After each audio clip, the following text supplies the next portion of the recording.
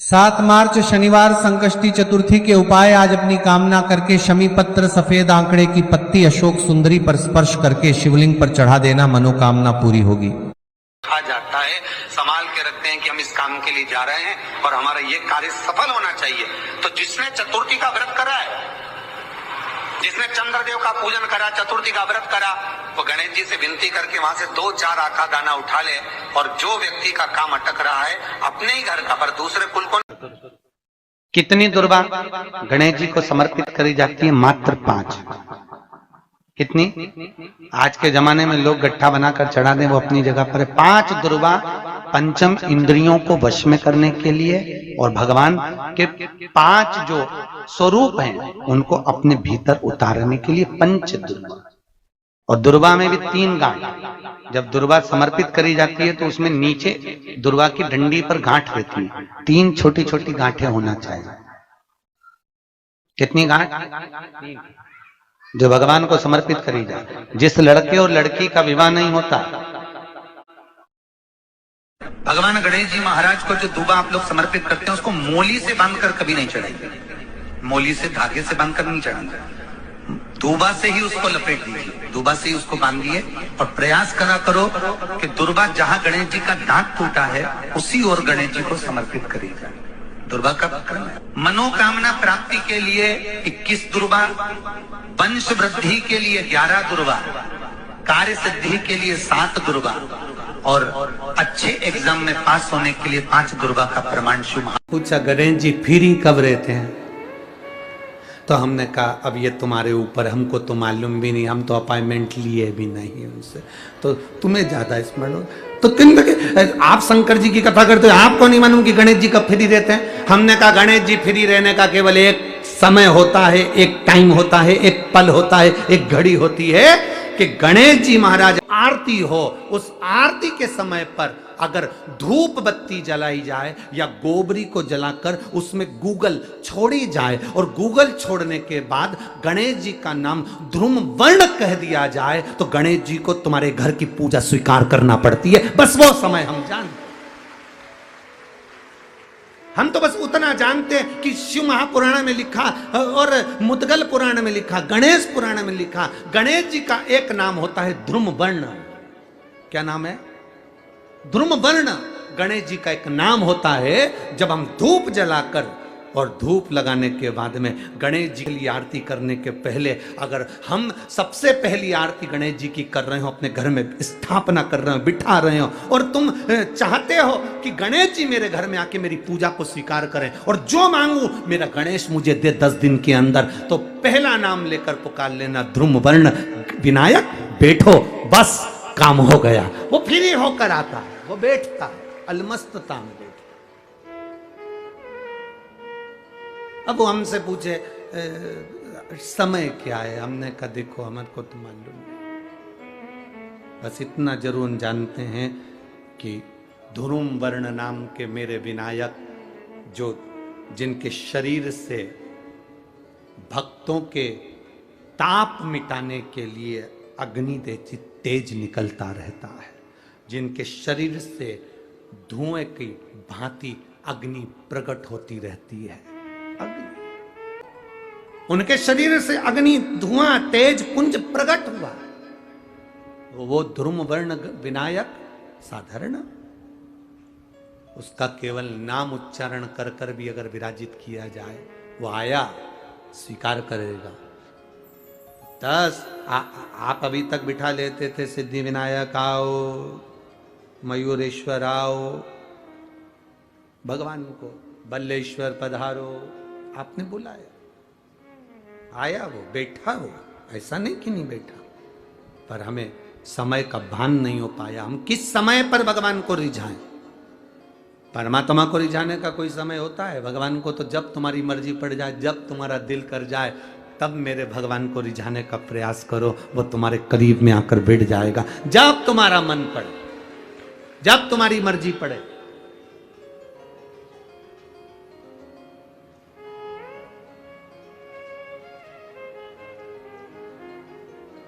शिव महापुराण की कथा कहती है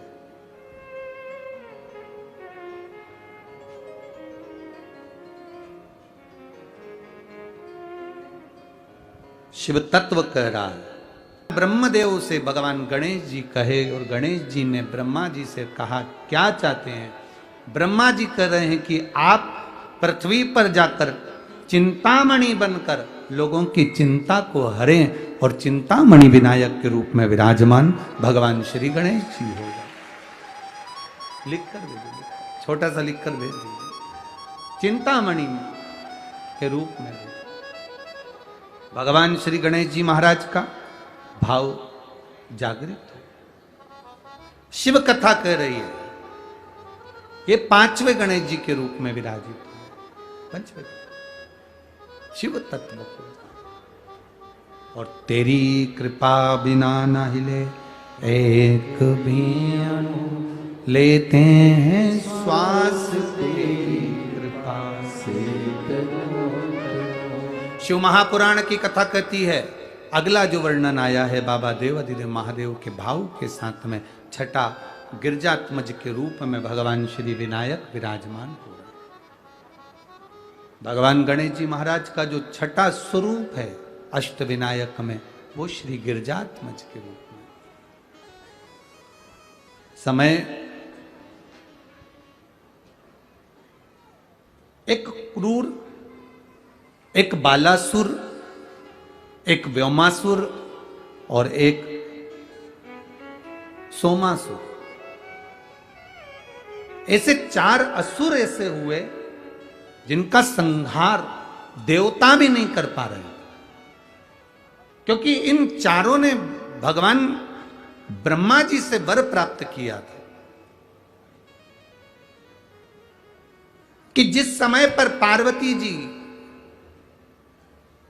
का नाम गिरजा कहकर पुकारा जाए और उस समय पर पार्वती जी भगवान शिव की आराधना कर रही हूं, उसी समय पर शंकर की आराधना करते समय पर माता पार्वती गिरजा बनकर जब शिव जी की आराधना करेंगी और शिव की आराधना पार्थिव लिंग का निर्माण पूजन करते समय उनके हृदय से शिव तत्व की प्राप्ति के मूल में श्री विनायक जो प्रकट होंगे वो इन चारों असुर का संहार कर सकते। एक क्रूर, दूसरा बालासुर, तीसरा व्योमासुर, चौथा सोमासुर। इन चारों का संहार होना कठिन है। अब पार्वती मैया को वापिस गिरजा बनना मतलब पार्वती मैया मायके जाए और मायके में जाकर पार्वती मैया जब शंकर जी के शिवलिंग की आराधना करे, पूजन करे, अर्चना करे, पार्थिव शिवलिंग का निर्माण करे और उस समय पर उनको गिरजा संबोधन से कोई संबोधित कर दे शिव आराधना करते समय, गिरजा संबोधन से कोई संबोधन। अब ये कठिन विषय, फिर भी सारे देवता जब हार गए न असुरों से, तब ब्रह्मा जी ने भगवान विष्णु से कहा, विष्णु जी ने भगवान शिव जी से कहा आप पार्वती मैया को कुछ समय के लिए हिमालय राज के यहाँ भेज दो। ईश्वर विनायक तो गए हो सभी लोग, तो गए होगे तो आप लोगों को ये कथा तो ज्यादा मालूम होगी। हम लोग तो केवल मुद्गल पुराण, गणेश पुराण, शिव पुराण और ब्रह्म विवर्त पुराण की, इन चारों पुराणों में से ये पवित्र कथा आपको सुना रहे हैं। कोई आपसे पूछे कि गुरुजी ने अष्टविनायक की कथा काय में से सुनाई, ये पूरा चरित्र काय में से सुनाया, तो आप कह सकते हो मुद्गल पुराण में से श्रवण कराया, आप कह सकते हो ब्रह्म विवर्त पुराण में से, गणेश पुराण में से, शिव पुराण में से श्रवण कर। मुद्गल पुराण कह रही है बहुत सारे मोर करा रहे हैं, बहुत सारे मोर करा। एक स्त्री कराती, नंदी के मन में भाव आया कि स्त्री करा रही है, स्त्री पुकार रही है, स्त्री रो रही है, तो नंदी के मन में आया कि ये स्त्री करा रही है, इससे जाकर पूछूंगा। पर थोड़ी देर में नंदी ने क्या देखा कि बहुत सारे मोर भी करा रहे हैं, बहुत सारे मोर भी रो रहे हैं, बहुत सारे मोर भी पुकार रहे हैं, वो भी कराहने में लगे। नंदी विस्मय में पड़ गए, विस्मय में पड़ गए। अब थोड़ी देर बाद नंदी विस्मय में पड़े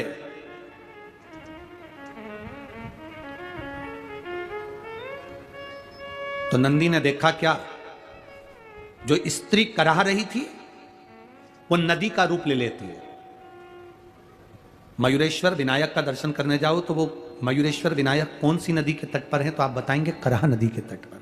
कौन सी नदी है? कराह नदी। स्त्री ने नदी का रूप ले लिया। थोड़ी देर बाद नंदी ने देखा कि मोर ने बेलपत्र के वृक्ष का रूप ले लिया, किसी ने कोई दूसरे वृक्ष का रूप ले लिया। अब तो नंदी और विस्मय में पड़ गए, कभी ये स्त्री बन जाती है, कभी ये मोर बन जाते हैं, कभी पेड़ बन जाते हैं। ये गजब का वन है, ये मोर गांव तो बड़ा गजब का गांव है। बताओ, ये तो बड़ा विचित्र वन है, विचित्र गांव है, जहां पर लोग इस वन में कभी वृक्ष बन रहे हैं, कभी मोर बन रहे हैं, कभी स्त्री बन रही, कभी नदी बन रही। चिंता बढ़ी, टेंशन बढ़ी, चिंता व्याप्त। अब नंदी से रहा नहीं गया, तो नंदी तुरंत देखकर उनको तुरंत दौड़कर देवादिदेव महादेव के पास पहुंचे। शिव जी बैठे थे पार्वती जी के साथ। पार्वती जी का भी ध्यान नहीं गया कि देवादिदेव महादेव ने समाधि ले ली है। देवादिदेव महादेव ने तब साधना में लीन हो गए, नेत्र बंद कर लिए शंकर भगवान ने। कोई कोई होता है, कभी कभी गाड़ी चलाते चलाते पति भी तब साधना में डूब जाता है। पत्नी कहती रहती है, सुनो आज मैं कैसी लग रही, उसे कोई फर्क नहीं पड़ता, वो तो तब साधना में लीन है। गाड़ी ड्राइव कर रहा है, चलते जा रहा है, पत्नी बोल रही है, सुनो आते आते अपन बच्चों के लिए यहाँ से कपड़े खरीद लेंगे, अच्छा मॉल खुला है। पति के ध्यान में तो गाड़ी ड्राइव कर रहा है, तब साधना में लीन है, समाधि में लीन है। पत्नी बोलती जा रही है, बोलती जा रही है, बोलती जा रही है। और जब फिर पत्नी चिल्ला के बोली, तब साधना टूटी, तब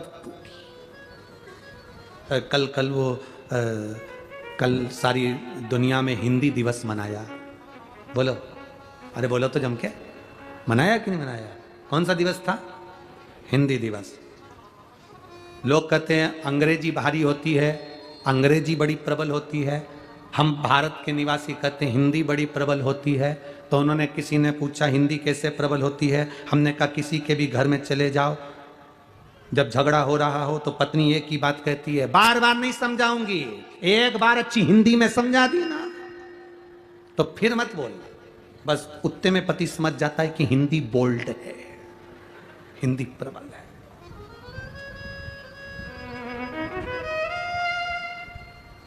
फिर निवेदन करेंगे, माथे पर बिंदी, मुख में हिंदी, ये भारत की निशानी है, ये भारत का गौरव है, भारतीय की निशानी है। मस्तक पर बिंदी हो और मुख में हिंदी, बहुत जरूरी है। ये भारत गौरव का एक आनंद है, होना चाहिए। मेरी माताओं से तो हम निवेदन करते हैं, कितना आप लोग तो खैर महाराष्ट्र में रहते हो, और जगह में भी तो हम कहने के लिए पीछे नहीं हटेंगे। महाराष्ट्र की माताएं तो वैसे भी कंकु की बिंदी जब पंढरपुर जाती है, और पंढरपुर में जब रुक्मणी जी के माथे पर बड़ी सारी कुंकू की बिंदी देखती है, तो माताएं भी उतनी बड़ी बिंदी महाराष्ट्र की माताएं लगाती हैं, बड़ा, और नथ भी इतनी बड़ी माता बड़े प्रेम से पहनती हैं, तो उससे गौरव आता है। बहुत सुंदर श्रृंगार मेरी माताओं का होता है, ये गौरव है मेरे भारत, गौरव।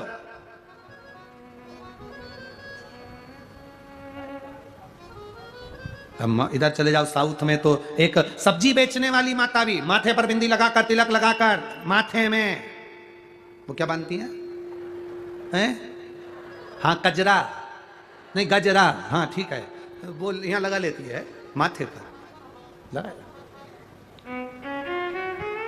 फिर वही वाली बात आ गई स्वामी विवेकानंद जी से।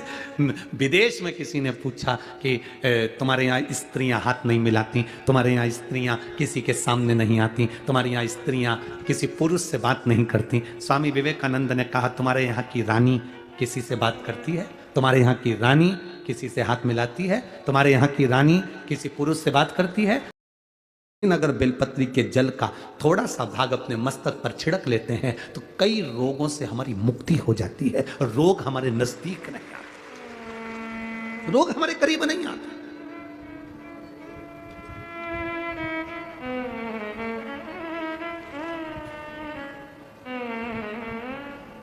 अष्ट विनायक में एक विनायक,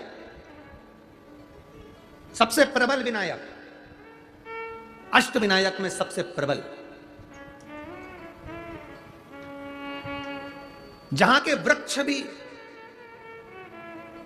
मोर का रूप लेकर आवाज लगाते हैं शिव जी को। जहां की नदी सिंधुरासुर असुर के कारण करहा रही है, तो उस नदी का नाम भी करहा पड़ गया। ऐसे देवादिदेव महादेव, ऐसे मेरे शिव, ऐसे मेरे ओघड़ी, शंकर की पवित्र पावन भूमि मयूरेश्वर भगवान श्री मयूरेश्वर गणेश विनायक, अष्ट विनायक में एक विनायक।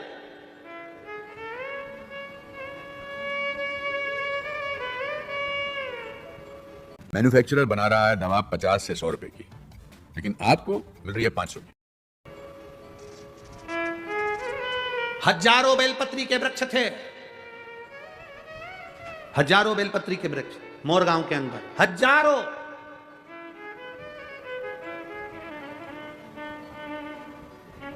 और शिव जी की अति प्रिय भूमि थी मोरगांव, अति प्रिय भूमि। पूना के इस पवित्र आनंद में, पूना के इस जिले के अंदर, पुणे के अंतर्गत ये मयूरेश्वर सुंदर गणेश जी के अष्ट विनायक में एक विनायक है। शायद हमारे हिसाब से तो अष्ट विनायक की पहली यात्रा यहीं से प्रारंभ होती होगी। जहां तक अगर विचार हो तो मयूरेश्वर से ही प्रारंभ होती। अष्ट विनायक की पहली दर्शन यात्रा अगर कोई निकलती होगी तो मयूरेश्वर से निकलती होगी। पहली मयूरेश्वर आता होगा, फिर उसके बाद दूसरे दूसरे गणेश। क्यों? हजारों बेलपत्री के वृक्ष, शिव जी की परमप्रिय भूमि। आज देवादिदेव महादेव ने माता पार्वती जी को साथ लिया।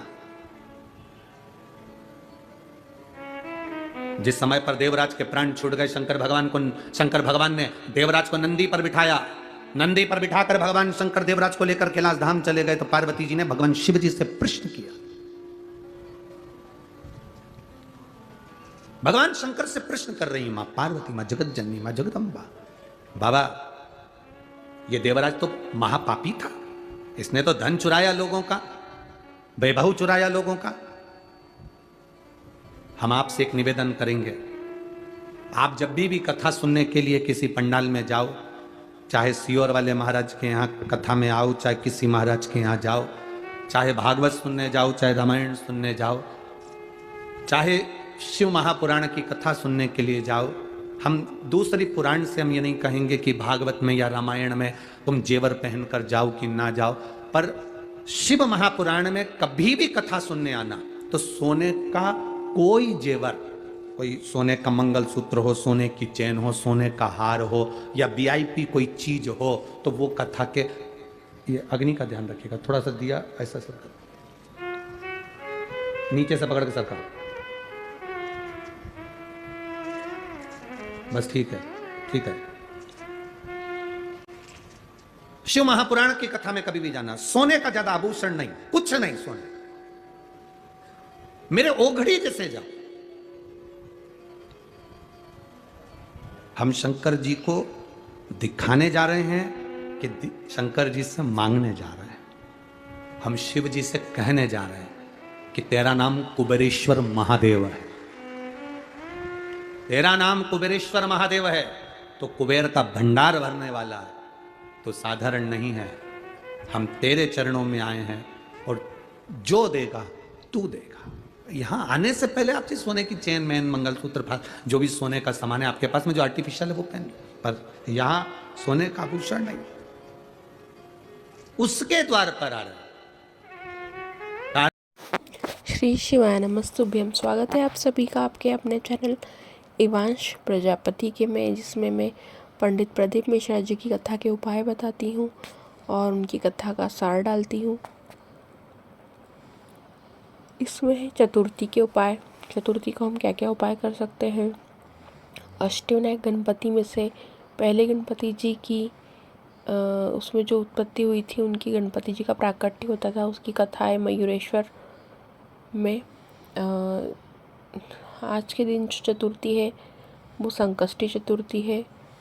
ये है समाप्त होने वाली समय लगभग इसका शाम को 6:30 से 7 बजे के आसपास रहेगा, फिर पंचमी शुरू हो जाएगी।